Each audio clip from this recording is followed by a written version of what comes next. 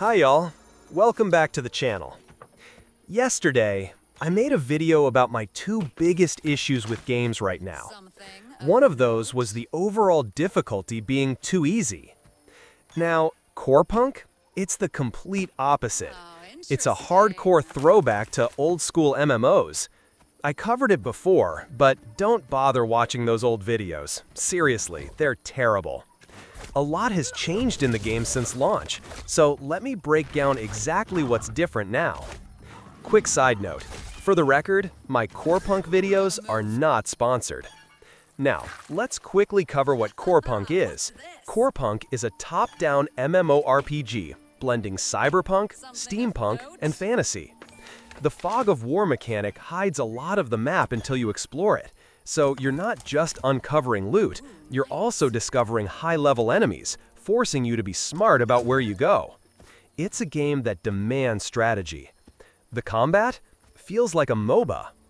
Whether you're playing as a legionary, tank, or a shaman, ranged elemental, your playstyle is shaped by your class and subclass.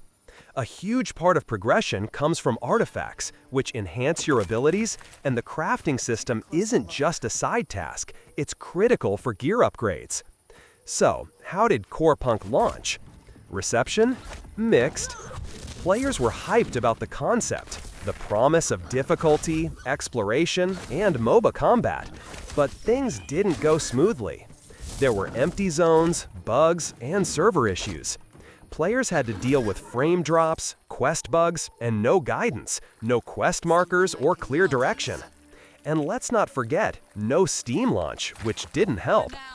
But honestly, it might have been a smart move to fine-tune things before launching on Steam. Don't worry though, Corepunk will hit Steam eventually. One of the major changes since then has been the quality of life updates.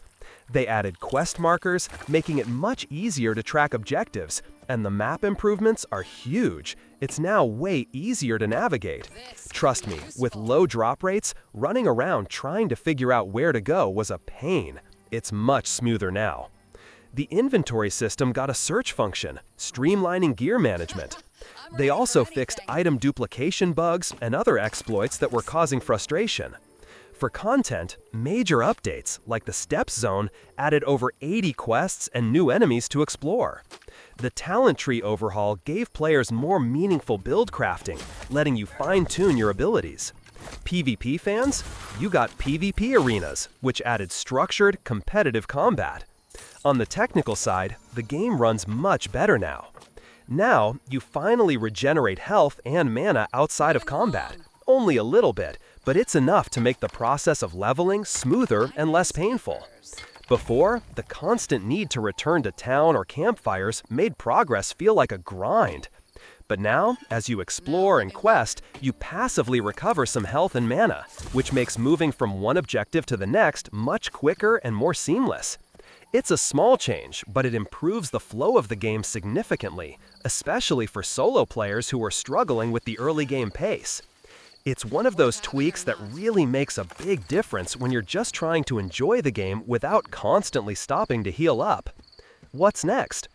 The developers have laid out a roadmap for the future, and it's looking solid. They've promised more dungeons, guild systems, and endgame content in the coming months, which will add tons of depth to the game. They're also focusing on fleshing out world events and adding more dynamic content to keep the game fresh. The continued focus on exploration and crafting will allow players to sink more time into the world without feeling like it's just about grinding. The game is in a much better place now than it was at launch, and with these improvements, it's definitely moving in the right direction. So, is Corepunk worth your time?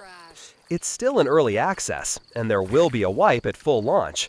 But if you're into a hardcore MMO with old-school difficulty, a focus on exploration, crafting, and MOBA combat, then yeah, it's definitely worth checking out right now. That's it. If you like videos that don't waste your time, please like and subscribe. And don't forget, I'll be making another video soon to share my full opinion on Corepunk, so be sure to subscribe if you don't want to miss it. Thanks so much for watching, and I hope to see you in the next one.